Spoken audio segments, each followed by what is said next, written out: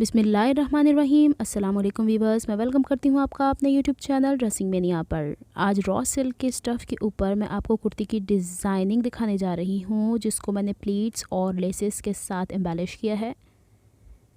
अपनी पिछली कुछ वीडियोस में से एक वीडियो मैंने आपको स्कैलप्स वाली ट्यूलिप शलवार की कटिंग और स्टिचिंग बताई थी, उसी में से ये स्टफ़ बचा हुआ है। आज उसी की कुर्ती मैं स्टिच करने जा रही थी, तो सोचा आपसे भी शेयर कर दूँ। इसके ऊपर ये दो तरह की ब्लैक लेसेस लगेंगी। अब जो कपड़ा बचा हुआ है वो इसी तरीके से था जो मैंने आपको दिखाया है। सबसे पहले हम इसका फ्रंट पल्ला सेपरेट करेंगे। यहाँ पे मैं फ्रंट वाला हिस्सा 38 इंचेस के लगभग लंबा लूँगी, लेकिन इसकी चौड़ाई शर्ट की चौड़ाई से तकरीबन 8 इंच ज़्यादा लूँगी, यानी इसे जब डबल फोल्ड करेंगे तो 4 इंच हो जाएगा।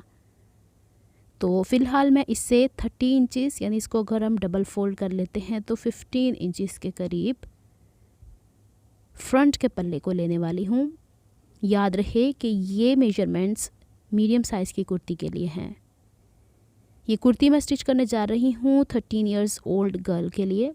अब यहाँ पे मैंने कपड़े को इस रुख पे बिछाया है। देखिए ये 38 इंचेस लॉन्ग है, इसकी लेंथ बाद में कम होगी और इसकी विड्थ डबल फोल्ड करने के बाद 15 इंचेस है। आपके सामने ही मैं इसे कट कर रही हूँ और इसके साइड से जो कपड़ा बचा है वो मैं इस्तेमाल करूँगी बैक के तीरे के लिए। एक बात मैं आपको यहाँ पे बता दूँ कि जो कपड़ा मैंने लिया है वो 40 इंच चौड़ाई के ऊपर है। ये मैंने जब शलवार स्टिच की थी तब भी मैंने आपको बताया था।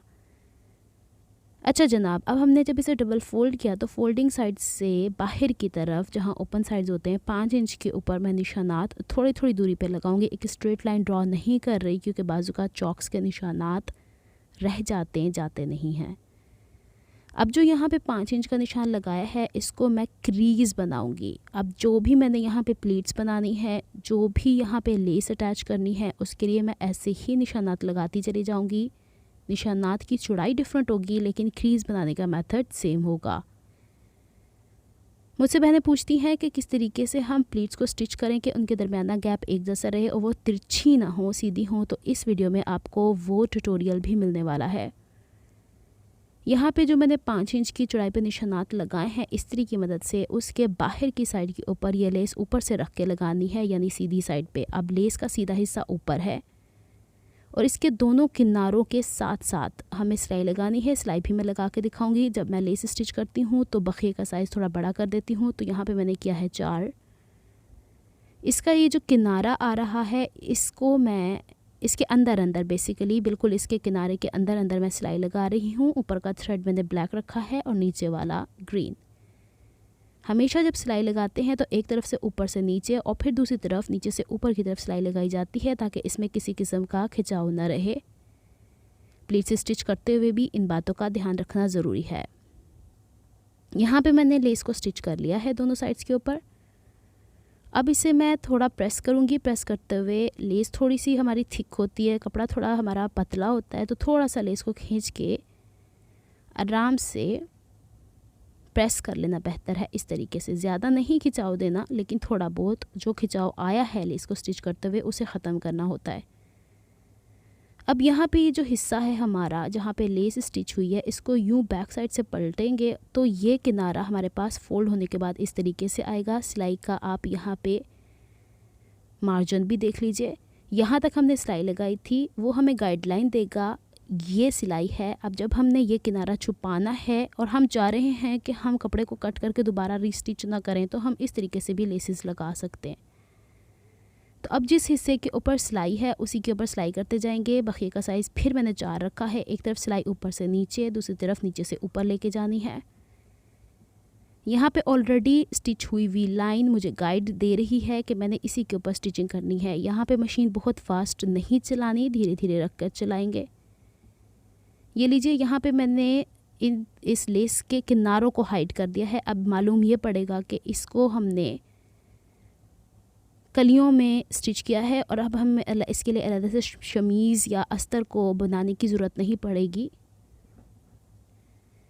अब जो मैंने सिलाइयाँ लगाई हैं उसके ऊपर एज इट इज़ पहले इसे आयरन कर लेना है। फिर इसे सीधी तरफ पलट के आराम से इसके दाएं बाएं इसका मार्जिन शिफ्ट करते चले जाना है। कहीं पे कोई छोटी सी प्लीट चुन नहीं होनी चाहिए। लेस चूँकि थोड़ी जालीदार है तो इस्त्री कहीं ना कहीं इसमें फंस रही थी, तो मैंने बहुत एहतियात से इसका ये काम किया है। जब हमारा ये काम कंप्लीट हो गया तो अब मैंने इसके अंदर इतना मार्जिन रखा है कि इसके दाएं बाएं मुझे प्लीट्स को स्टिच करना है। बहुत अच्छे तरीके से मैं यहाँ पे स्टीम आयरन करके हर लिहाज से देख रही हूँ कि इसमें कोई भी गुंजाइश ना रहे कि जब मैं इस पर प्लीट स्टिच करूँ तो वो तिरछी हो जाए। लीजिए जनाब, यहाँ पे ये लेस गुम सिलाई में स्टिच हो चुकी है। अब जहाँ पे सिलाई का कोना आया है, यानी इस लेस का कोना, उससे बाहर की तरफ 0.5 इंच पहला निशान लगाऊंगी। और वही बात कि थोड़ी थोड़ी दूरी पे निशानात छोटे छोटे लगाने हैं, पूरी एक लाइन नहीं बनानी। और ये निशानात चूँकि सीधी तरफ लग रहे हैं तो ज़्यादा प्रोमिनेंट होंगे। दूसरी साइड भी ऐसे निशान लगाएंगे और निशानात खासकर कॉर्नर पर तो ज़रूर लगाने होते हैं। अब जो ये निशान हमने लगाए हैं, इन्हीं को गाइड के तौर पे पकड़ते चले जाना है और इसकी क्रीज़ बनानी है। कभी भी इन निशानात को पकड़ के और फिर मत सिलाई लगाएगा, टेढ़ा पनाता। देखिए इस्त्री इसके अंदर फंसी है, तो अब मैंने इसे पलटा के जहाँ लेस नहीं है उस तरफ से इस्त्री की है। अब ये दूसरा हिस्सा भी हम इसी तरीके से आयरन कर लेंगे। एक निशान से दूसरे निशान को पकड़ के अगर हमने प्रॉपर निशानात लगाए हुए हैं तो कोई गलती की गुंजाइश होगी ही नहीं। यहाँ पे इसको मैं अच्छे से आयरन कर रही हूँ और एक दो प्लीट्स आपको करके दिखाऊंगी, बाकी ऑफ द कैमरा कर लूँगी। एक हिस्सा मैं आपको पूरा बना के दिखाने वाली हूँ। अब इसके ये जो फोल्ड किया है, बखिया का साइज़ मैंने यहाँ 3 कर लिया है, 2.5 भी किया जा सकता है। सीम गाइड मैं पाँव के साथ रख रही हूँ और यहाँ पे पैर के चौड़ाई जो होती है राइट वाली साइड पे, उसके हिसाब से स्टिच करती हुई जा रही हूँ। अब यहाँ पे ध्यान ये रखना है कि हर प्लीट हमारी इसी पैर, यानी जो राइट साइड पे फुट आ रहा है, उसी की चौड़ाई आए। कभी ये ना हो कि कभी राइट कभी लेफ़्ट, तो उसी से भी हमारी प्लीट्स की चौड़ाई में फ़र्क आ जाता है। यहाँ पे सिलाई कंप्लीट हो गई है। पहले मैं जिस तरीके से सिलाई को इस्त्री किया करती हूँ वैसे ही इस्त्री कर लूँगी ताकि इसकी सिलाइयाँ बैठ जाएं। फिर हम इसकी डायरेक्शंस को देखेंगे कि किस तरफ लेके जानी, दूसरी तरफ भी ऐसे ही प्रेस करेंगे। अब ये जो लेस लगाई है, मैं इससे प्लीट्स की डायरेक्शन राइट एंड लेफ़्ट करने वाली हूँ। पहले तो मैं इसे आराम से इसी तरीके से प्रेस कर रही हूँ विदाउट स्टीम, ताकि ये अपनी जगह पकड़े। बैक से भी हमने इसे एक दफ़ा और प्रेस कर लेना है ताकि पीछे किसी किस्म की चुन ना हो, क्योंकि उम्मन ऐसे होता है कि जब हम इस तरह कपड़े को सीते हैं तो बैक की तरफ कोई ना कोई कपड़े की चुन बन जाती है। लीजिए यहाँ तक कंप्लीट हो गया है। अब इसकी जहाँ पे हमारी प्लीट का फोल्ड है उससे अब आगे की तरफ हाफ इंच अब हम मार्क लगाएंगे और फिर उसको वैसे ही फ़ोल्ड करेंगे जैसे हम लोगों ने पहले फ़ोल्ड किया था, वैसे ही इसको सिलाई लगाएंगे जैसे पहले प्लीट को सिलाई लगाया था। यहाँ पे भी प्लीट की चौड़ाई वही फुट इस्तेमाल कर रही हूँ मैं जो पहले था, यानी उसका राइट वाला हिस्सा। ये चीज़ें ध्यान में रखनी इंतहाई ज़रूरी हैं, तभी हमारे काम में नफासत आने वाली है। क्योंकि हमारा जो फुट होता है उसकी 2 लेग्स होती हैं, एक थोड़ी चौड़ी एक थोड़ी पतली होती है। इसको भी हमने एज इट इज़ वैसे ही प्रेस करना है जैसे कि पहले हम एक कपड़े को करते हैं सिलाई करने के बाद। फिर हम इसकी डायरेक्शन राइट और लेफ़्ट फोल्ड करने के बाद इससे स्टीम आयरन से अच्छे से इसकी डायरेक्शन बैलेंस कर देंगे। ये देखिए इस तरीके से। अब इसकी डायरेक्शन आप अंदर की तरफ भी कर सकते हैं, बाहर। मुझे बाहर की तरफ ज़्यादा बेहतर लगी तो मैंने इसीलिए इसको पैनल का लुक देने के लिए ऐसे बना दिया। अच्छा जी, दोनों तरफ इसी तरीके से बन गई हैं। ऊपर नीचे थोड़ा बहुत तिरछापन आता ही है, वो कम किया मैंने। तो फ्रंट की लेंथ अब हो गई है मेरे पास 34 इंचेस। अब हम बैक का पीस कट करेंगे। बैक के ऊपर तीरा कट होना है। ये देखिए अभी भी थोड़ा बहुत तिरछापन है, उसे हम बाद में कट करेंगे जब हम इसकी पूरी एग्जैक्ट फिटिंग कट करेंगे। तो मैंने बैक का पीस तैयार करना है 2 इंच इससे बड़ा होना चाहिए। बेसिकली वो 37 इंचेस तैयार होगा। तो ऊपर 8 इंच का मैंने लगाना है तीरा। अब उस 8 इंच को इस बैक वाले पीस के ऊपर, जिस तरह हमने फ्रंट का पीस लंबाई चौड़ाई निकाली थी उसके ऊपर हाफ इंच चढ़ा के रखना है ताकि सिलाई का मार्जिन आए, और 37 इंचेस पे निशान लगाना है। बैक के पीस की चौड़ाई यहाँ पे 14.5 इंचेस है, यानी कि बैक की जो लेंथ है ये इसमें से हमने तीरा माइनस कर दिया है और हाफ इंच एक्स्ट्रा मार्जिन ले लिया है ऊपर की तरफ सिलाई वाला। नीचे तो ऑलरेडी हमारे पास सिलाई का मार्जिन मौजूद था।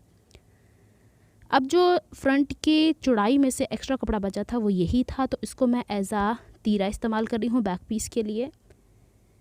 इसकी चौड़ाई से थोड़ा ज़्यादा ही होना चाहिए क्योंकि हमने इसके ऊपर पिनटक्स को स्टिच करना है। पिनटक को स्टिच करने के लिए इस कपड़े को पहले सेंटर से फोल्ड किया, और इस पर 1-1 इंच की दूरी के ऊपर चौक से निशानात लगाए। छोटा पीस है तो आराम से मैंने दो तरफ जब निशानात लगाए तो आराम से पिन टक स्टिच हो जाएंगी। अब नीचे वाली साइड पे भी 1-1 इंच पे निशान लगाया। अब हर ऊपर वाले निशान को नीचे वाले निशान से मिला के इस तरीके से इस्त्री की मदद से मैंने क्रीज़ बिठाई है। इस तरीके से काम ज़रा आसान हो जाता है, ईज़िली हम लोग इसको स्टिच कर लेते हैं, वरना हाथ से पकड़ के करेंगे तो वो थोड़ा थोड़ा खिंचाव आएगा। ये देखिए पूरे निशानात बन गए हैं।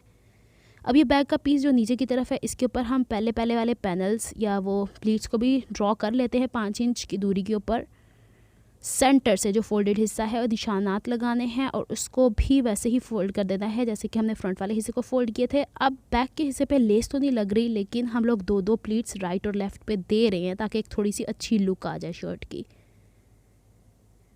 ये देखिए इस तरीके से काम हो गया। अब हमने इसे खोल लेना है। अब देखिए एक प्लीट की डायरेक्शन सीधी है, एक उल्टी है, तो जो शर्ट के सीधेपन के हिसाब से जो प्लीट की डायरेक्शन उल्टी उसे हमने सीधा करना है। बेसिकली ये इसका अंदर वाला हिस्सा था, यानी सीधा हिस्सा। अभी ये ज़्यादा ही कुछ फोल्ड हो गया था, इसको पहले मैं हल्का सा आयरन करके सीधा कर रही हूँ। अब मेरे पास ये गाइडलाइन है, इसी के ऊपर मैं इसको सीधा कर लेती हूँ। चाहे तो आप निशानात लगा के दोबारा से इसको बना सकते थे क्रीज लाइन। अब चूँकि कपड़ा थोड़ा शाइनी भी था तो प्रॉपरली दिख नहीं रहा था, इसलिए मैंने दाएं बाएं शिफ्ट करके इसे प्रॉपरली उसी लाइन के ऊपर प्रेस कर लिया है जो कि 5 इंच की दूरी पे था सेंटर से। अब इसके ऊपर हम लोगों ने उसी तरीके से प्लीट्स को स्टिच करना है, लेकिन पहले मैं आपको पिन टक स्टिच करके दिखा देती हूँ। काफ़ी सारी तो मैंने ऑलरेडी स्टिच कर ली थी। यहाँ पे जो हम लोगों ने क्रीज लाइन बिठाई हुई थी उस पर बिल्कुल कोने कोने की सिलाई लगानी है और पिन टक स्टिच हो गई हैं। अब इसे हम कर लेते हैं आयरन। बैक साइड से पहले करूँगी ताकि इसके जो पीछे की तरफ थोड़ा बहुत मार्जिन चून की सूरत में इकट्ठा हो जाता है वो ख़त्म हो जाए, थोड़ा सा खींच के करना है। अब इसकी फ्रंट की तरफ से प्लीट्स की डायरेक्शन एक तरफ ले जानी, थोड़ा थोड़ा खींच के करना है, लेकिन बहुत ज़्यादा नहीं। पिन टक की डायरेक्शन भी एक तरफ होनी चाहिए, रैंडम नहीं होनी चाहिए कि एक तरफ से दाएं एक तरफ से बाएं है। अब इसके जो निचले वाले हिस्से पे जो हमने 5 इंच की दूरी पे सेंटर से निशानात लगाए थे उसको हम एक प्लीट की सूरत में स्टिच कर लेते हैं जैसे हमने फ्रंट पे किए थे। फ्रंट पे तो हमने लेस लगाई थी, मैं आपसे पहले ही बता चुकी हूँ, लेकिन बैक के ऊपर हमने जस्ट यहाँ पे छोटी छोटी प्लीट्स देनी है। लीजिए यहाँ पे भी ये हो गया है और वैसे ही हम इसको प्रेस करेंगे जिस तरीके से इसकी सिलाई हुई थी है। और सिलाई को मैं जब आयरन करती हूँ तो मैं इसको स्टीम आयरन करती हूँ ताकि ये प्रॉपर अपनी प्लेस पकड़े इसके स्टिचेस। दूसरी तरफ भी इसको मैं जल्दी से प्रेस कर लेती हूँ। फिर देखते हैं कि इसकी डायरेक्शन हम लोगों ने सेंटर से बाहर की तरफ रखनी है। उम्मीद है अब आपको आपके सवाल का जवाब मिल गया होगा जिन्होंने भी मुझसे पूछा था कि किस तरीके से हम पैरेलल प्लीट्स को स्टिच करते हैं। मैं इसी तरीके से स्टिच करती हूँ, पहले एक, फिर उसको प्रॉपरली प्रेस करने के बाद दूसरी का निशान लगा के उसे स्टिच करती हूँ। मुझे इस तरीके से अच्छे रिजल्ट्स मिलते हैं। अब जहाँ पे हमारी प्लीट का फोल्ड है उससे बाहर की तरफ मैंने हाफ इंच का निशान लगाना है, इसी के ऊपर क्रीज लाइन बना देनी है और इसके ऊपर वैसे ही प्लीट स्टिच कर देनी है जैसे कि पहले की थी। ये देखिए इस तरीके से प्रॉपरली प्रेस करते जाएंगे तो बहुत नफासत से एक पूरी लाइन आपकी प्लीट्स की सूरत। अब प्लीट्स की आप चौड़ाई बढ़ा भी सकते हैं और इसे कम भी कर सकते हैं, ये आपकी चॉइस होती है। लेकिन 1 पाँव का जो फ़र्क होता है उसकी प्लीट्स बहुत भली मालूम होती हैं। लीजिए 2 प्लीट्स राइट 2 लेफ़्ट पे बना दी। अब इसके सेंटर में यहाँ पे सेंटर से दूरी पे 1.5 इंच का निशान लगाने वाली हूँ और इसको उठा के सेंटर पे इस तरह बॉक्स प्लीट बनानी। कपड़ा तो चूँकि ज़्यादा बचा था, 3rd और 4th प्लीट मैंने स्टिच नहीं की तो मैंने इसको एज अ प्लीट या बॉक्स प्लीट मैंने सेंटर में ले लिया है। ऊपर से ये वाला कपड़ा जो है जिसके ऊपर हम लोगों ने पिन टक स्टिच किए थे, आयरन कर लिया था, इसको स्टिच करके इस पे ओवरलॉक करके सिलाई का मार्जिन नीचे की तरफ करके बैक का पल्ला हमने पूरा तैयार कर लिया है। अब हमने फ्रंट के पीस को बैक के पीस के ऊपर बिछाया है। अब यहाँ तक जो शोल्डर का 8.5 इंच तक का निशान था वहाँ तक तो स्ट्रेट था, लेकिन 1.5 इंच हमने तो चूँकि एक्स्ट्रा बॉक्स प्लीट की सूरत में लिया है तो वो दामन से 1.5 इंच की दूरी के ऊपर हम लोगों को फोल्डेड हिस्सा फ्रंट का रखना है। ये ध्यान में रखने वाली बात है। ये देखिए इस तरीके से। और अभी देखिए फ्रंट का हिस्सा अभी भी टेढ़ा। चलें यहाँ पे निशानात लगा लेते हैं। शोल्डर लगा रही हूँ 7.5 इंच, आर्म होल की डेप्थ लगा रही हूँ मार्क 7.5 इंच। यहाँ पे मैंने अब निशानात लगाते हुए वीडियो थोड़ी सी स्लो ही रखी है ताकि आपको समझ में आ जाए कि निशानात कैसे मार्क करती हूँ। गले की चौड़ाई 3 इंच। यहाँ पे जो शोल्डर स्लोप होता है या तिरछापन होता है कांधे का वो 1.25 इंच लेती हूँ मैं और इसको गले की चौड़ाई से स्ट्रेट मिला दूँगी। स्ट्रेट मिलाने का मकसद ये होता है कि है तो तिरछा लेकिन स्केल सीधी लाइन बनाता है।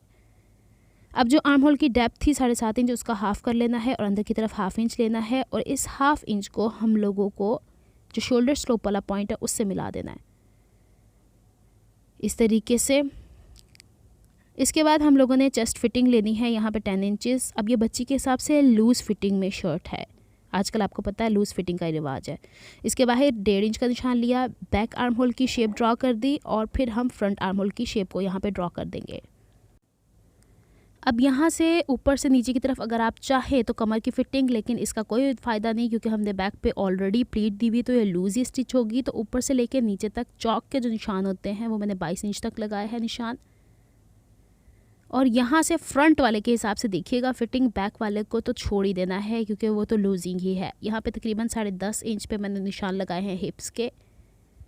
ऊपर से चेस्ट की फिटिंग को डायरेक्टली हिप की फिटिंग से स्ट्रेट मिला देना है, इसमें कोई कमर की फिटिंग नहीं, मैं पहले ही आपको बता चुकी हूँ। अब यहाँ पे पहले मैं फ्रंट वाले हिस्से को नीचे से स्ट्रेट करती हूँ ताकि मुझे अंदाज़ा हो जाए। स्केल का ये वाला हिस्सा जो छोटा है 1.25 इंच चौड़ा होता है उसको मैंने साइड से स्ट्रेट करके रखा है और स्ट्रेट लाइन ड्रॉ कर दी है। और ऊपर वाले ही पीस को उठा के मैंने कट करना है क्योंकि नीचे वाला पीस हमने खुद ही लंबा रखा है। हाई एंड लो टाइप की कुर्ती है ये। यहाँ पे अब मैंने आपको सारी डिटेल में इसकी कटिंग बता दी है। अब यहाँ पे पहले हम इसके बैक आर्म होल के हिसाब से इसकी कटिंग करेंगे और जो बाहर एक्स्ट्रा बैक के हिसाब से कपड़ा था बस उसको कट कर देना है। और फ्रंट का तो दामन हमारा स्ट्रेट ही था और ऊपर से शोल्डर स्लोप को कट कर लेंगे। इसके बाद हम लोगों ने फ्रंट वाली फिटिंग के निशानात बैक वाले पीस के ऊपर ट्रांसफ़र कर देने हैं, उस पर स्ट्रेट लाइन ड्रॉ कर देनी है यहाँ तक जहाँ तक हम लोगों के चौक के निशानात हैं। और इसके बाद हम लोगों ने फ्रंट के हिस्से को पकड़ के इसके आर्म होल की शेप को कट कर देना है। तो जनाब कटिंग हो जाती है यहाँ कंप्लीट। अब जो बाकी बचा हुआ कपड़ा है, इससे चूँकि मैंने पहले ही शलवार भी कट की थी, थोड़ा इसमें कपड़े की कमी भी हुई है, इसी से मुझे पल्टा भी लगाना है। एक्स्ट्रा कोई फैब्रिक मैं यूज़ नहीं करना चाह रही तो इसी को बैलेंस कर रही हूँ। दोनों बाजू लंबाई में से इस तरीके से निकालने हैं कि इसकी लेंथ 22 के बजाय 20 बन रही है। इसके आगे खैर लेस भी लगेगी। तो यहाँ से तिरछे हिस्से को मैं देख रही थी कि कहाँ तक कवर हो जाता है, तो मुझे बाजू की चौड़ाई चाहिए 20 इंच। तो यहाँ जो गोलाई वाला हिस्सा है इसे मैं कट कर देती हूँ। 20 इंच यहाँ से निकल आया, इसे फोल्ड करके हम लोगों ने आयरन कर लेना है और ये वाला हिस्सा कट कर लेंगे और बाकी जो बचा है उसे हम पलटे के तौर पे चौक दामन के ऊपर और बाजू के आगे लगा देंगे। ये देखिए, अब जो ये वाला हिस्सा है यहाँ से 3.5 अंदर की तरफ लेके बाजू की शेप मैं एज इट इज़ कट कर लूँगी। पहले बैक की शेप, फिर यहाँ से इसे ओपन करने के बाद 2 पीसेस के ऊपर फ्रंट की शेप। बाजू भी कट हो गए हमारे, फ्रंट से इसे मैं सेपरेट कर लूँगी। अब गला बनाते हैं। तो गले के लिए बुकरम ली है लेडीज़ फ्यूजिंग 17 इंच लंबी और तकरीबन 8 इंच चौड़ी। सेंटर से चौड़ाई के रुख पे फोल्ड कर दिया है। गले की चौड़ाई मार्क कर रही हूँ 3 इंच। गले की गहराई जो एक्चुअल होती है वो 6 इंच। अब जो 3 इंच और 6 इंच के निशानात है इसे तिरछा स्केल से मिला दिया। इसके बाहर 0.25 इंच या 1 इंच भी ले जा सकता है, लेकिन मैं 0.25 इंच ही लूँगी और इस पर हम एक निशान 2 जगहों पे लगा के एक स्ट्रेट लाइन ड्रॉ कर देंगे। अब सामने से हमने स्लिट भी ओपन करना है, तो स्लिट में तकरीबन 16 इंचेस ओपन करने वाली हूँ। इसके बाहर भी 0.25 इंच। सेंटर जो फोल्ड है उसी से हमने बाहर ले लिया है। अब हम इसकी कटिंग कर लेते हैं। पहले वी शेप अंदर वाले हिस्से की कटिंग कर लेते हैं और फिर इसके बाद हम लोगों ने बाहर जो शेप ड्रॉ की है इसको कट कर लेंगे। अब जो ये हमारे पास इससे सेंटर पीस निकला है उसे चौड़ाई के रुख पर हम लोगों ने सेंटर में निशान लगा के शर्ट के फ्रंट पीस के बैक साइड के ऊपर पेस्ट करना है डायरेक्टली। यहाँ पे सेंटर के ऊपर चौक की मदद से निशान लगा रही हूँ ताकि कट करना आसान हो। ये देखिए शर्ट का फ्रंट पीस है, इस पर पहले मैं ये सेंटर वाला पीस जो इसमें से निकला है इसे आयरन कर देती हूँ और इसी के ऊपर ये वाला पीस जो हम लोगों ने कट किया है इसे आयरन कर देते हैं। पहले मैं इसकी वी शेप को हमेशा पेस्ट करती हूँ, फिर इसकी स्लिट को नीचे, ताकि अगर कोई गुंजाइश है भी टेढ़ेपन की तो ऊपर ही निकल जाए, नीचे की तरफ से ये डिसबैलेंस ना हो। नीचे से भी पट्टी को सेंटर से सेंटर मैच करना इंतहाई ज़रूरी है, वरना पट्टी टेढ़ी हो जाएगी। इसे फ्रंट की तरफ से अच्छे से आयरन करना है क्योंकि प्लीट्स इसके अंदर आ रही हैं, तो प्लीट्स इधर उधर नहीं हो ताकि सिलाई करते हुए भी इंतहाई आसानी हो जाए। अब इसके अंदर से वी शेप निकाल देना है और बुकरम के साथ साथ कटिंग कर लेंगे और स्लिट का निशान जहाँ तक मैंने मार्क किया था चौक की मदद से वहाँ तक हमने इसे कट कर लेना है। अब जो ये पट्टियाँ हम लोगों को मिली हैं इस तरीके से, इसके आर्म्स यानी 2.5 इंच चौड़ी और तकरीबन 20 या 22 इंच लंबी हम पट्टी सीधी ले लेंगे। गला मैंने बना लिया है, बहुत दफ़ा बता चुकी हूँ, लेकिन यहाँ डिटेल बताऊँगी आपको। ये जो पट्टियाँ मैंने 2.5 इंच चौड़ी और 20 इंच लंबी ली थी, इसके बैक पे 0 का बुकरम पेस्ट कर लिया है और हाफ वुड के गैप से यहाँ सिलाई लगाई थी। जहाँ पे नीचे कोना है वहाँ पे ये कपड़ा यूँ फोल्ड करके एज इट इज़ वहाँ तक सिलाई लगा के पक्का कर लिया। एक तरफ सिलाई ऊपर से नीचे, दूसरी तरफ नीचे से ऊपर जाएगी। यहाँ वाले कोने को मैंने नीडल अंदर रख के ही डायरेक्शन चेंज की है। फिर इसको यूँ पलट के आयरन किया दोनों साइड से। इसका ये देख लीजिएगा, जितनी चौड़ी होती है उतना ही फोल्ड करके बैक की तरफ कपड़ा ले गए। एक सिस्टर ने पूछा था कि ये वाला हिस्सा कैसे बनाती हैं आप, तो ये देखें ऑटोमेटिकली बन जाता है जब हम प्रॉपरली इसको प्रेस करते हैं। ये देख लीजिए। अब इसके बैक साइड के ऊपर जो 1/4 इंच का एक्स्ट्रा कपड़ा था उसे बुकरम के साथ साथ रख के मैंने आयरन कर लिया। ये छोटा सा झोल आएगा ही, इसको फिर हम तुरपाई कर लेते हैं, फिर इसके बैक साइड को बंद करेंगे। यहाँ पे इसे मैंने तुरपाई कर लिया है और अब मैंने लिया है कपड़ा तकरीबन 6 इंच चौड़ा और तकरीबन 12 इंच लंबा, या स्लिट जितनी लंबी है उससे 2 इंच बड़ा। एल शेप में स्टिच करके इसे सीधा करके आयरन कर लिया है। ऊपर वाला हिस्सा जुड़ा हुआ है, इसे यूँ नीचे रखेंगे और हमने स्लिट बंद कर लेनी है। अब हम क्या करेंगे कि इसके ऊपर पहले UHU लगा लेंगे ताकि हमें इसे सिलाई लगाना आसान हो जाए, वरना तो हाथ में पकड़ के भी सिलाई लगा सकते थे, लेकिन आपको दिखाने के लिए मुझे थोड़े बहुत ऐसे जल्दी के काम करने पड़ते हैं। ये देखिए, इस तरह मैं UHU लगा देती हूँ। अब जो पाइपिंग स्टिच करते हुए ग्रूव बना है, खड्डा सा बना है, उसके अंदर सिलाई करती हुई जाऊँगी और दूसरी तरफ ले जाके ऊपर वाले आर्म से स्टिच करूँगी। अब एक लेस से मैंने ये फ्लावर्स कट किए हैं, 2 फ्लावर्स लूँगी और एक बटन जो आजकल कपड़े के बने हुए बटन्स आ रहे हैं उसको ऊपर रखूँगी और फ्लावर्स को पहले मैं पेस्ट कर लेती हूँ UHU की मदद से। उसके ऊपर फिर मैं बटन को स्टिच कर लूँगी। ये काम मैं कमीज़ की साइड फिटिंग से पहले ही कर लिया करती हूँ ताकि बाद में डिफ़िकल्टी ना हो, बाद में धागे को संभालना बड़ा मुश्किल हो जाता है। अच्छा जी, अब बाजू के आगे जो हम काम कर रहे हैं सेम वही हमने फ्रंट दामन पे करना है। तो जिस तरीके से मैं पलटा लगाना आपको बारहा बता चुकी हूँ, पहले पलटा लगाया फिर उसे बैक की तरफ फोल्ड किया, ये वाला हिस्सा, लेकिन उसको हमने तुरपाई से पहले ये वाली लेस बढ़ा के लगानी है। लेस में पहले चिपका रही हूँ UHU की मदद से और इसको ब्लैक कलर के थ्रेड से पलटे को खोल के पहले इसको कच्चा करेंगे और फिर इसके बाद पलटे को नीचे तुरपाई करेंगे। ये वाला काम अगर हम करेंगे तो हमारी काम में नफासत आती है और सिलाइयाँ पलटे में से दिखती नहीं है। ये देखिए, पलटे को खोलने वाली हूँ मैं, इसीलिए मैंने इसे पहले तुरपाई नहीं किया और लेस को मैं हाथ से स्टिच कर रही हूँ, क्योंकि मेरी कोशिश ये होती है कि ज़्यादा लेसेस इस तरह की मैं हाथ से स्टिच करूँ। मशीन जितनी चलाई जाती है उतनी स्टिफ़ हो जाती हैं और इस तरह के कपड़े जो होते हैं उनके ऊपर जितना हाथ से काम हो जाए उतना ज़्यादा अच्छा है। कमीज़ स्टिच कर ली थी क्योंकि इसमें मज़ीद कोई काम करने वाला नहीं था। बाजू पहले मैं आपको दिखा देती हूँ। देखिए, पलटे को मैंने बाद में पलट के और फिर तुरपाई कर दी है और फिर बाद में इसको मैंने स्टिच कर दिया शर्ट के साथ। चलें अब जी शर्ट की डिटेल देख लेते हैं। आपके सामने मैंने इसका गला बनाया था। बैक नेकलाइन के ऊपर मैंने उरे पट्टी लगाई है और इसके ऊपर भी तुरपाई की है, मशीन नहीं चलाई क्योंकि पीछे गुंजाइश ही नहीं थी सिलाई लगाने की। और इसके साइड की आप प्लीट्स देख लीजिए और इसके दामन की भी लुक मैं भी आपको दिखाती हूँ। इसके फ्रंट वाले चौक छोटे हैं। ये देखिए, जिस तरीके से बाजू के आगे मैंने पलटा लगा के और लेस लगाई, सेम वही किया। पहले दामन पे पलटा लगाया, फिर चौक्स के ऊपर, चौक के अंदर वाली चीज़ भी देख लीजिएगा। और इसको मैंने तुरपाई की है। मैं बारहा बता चुकी हूँ कि इस तरह के नाजुक कपड़ों के ऊपर तुरपाई ही बेहतर रहती है। बैक के ऊपर से आपको ऊपर जो इसका तीरा है उसके ऊपर पिनटक्स मिल जाती हैं और नीचे की तरफ मैंने इसकी box pleat with the sides simple pleats को स्टिच किया है। बैक का हिस्सा चौड़ा है एज़ कम्पेयर टू फ्रंट, तो वो थोड़ा सा झोल खाएगा। इसके ऊपर भी मैंने पलटा लगाया है और तुरपाई करके इसे फोल्ड किया है। ये देखिए, इसके चौक हाई एंड लो हैं, लेस लगने के बावजूद भी हाई एंड लो है। और इसकी स्लीव में आपको दिखाऊं तो बॉक्स स्लीव की तरह ही है। 8.5 इंच फ्रंट से मैंने ओपन कर दी, जितना मेरे पास मार्जिन था मैंने सारा रख दिया है।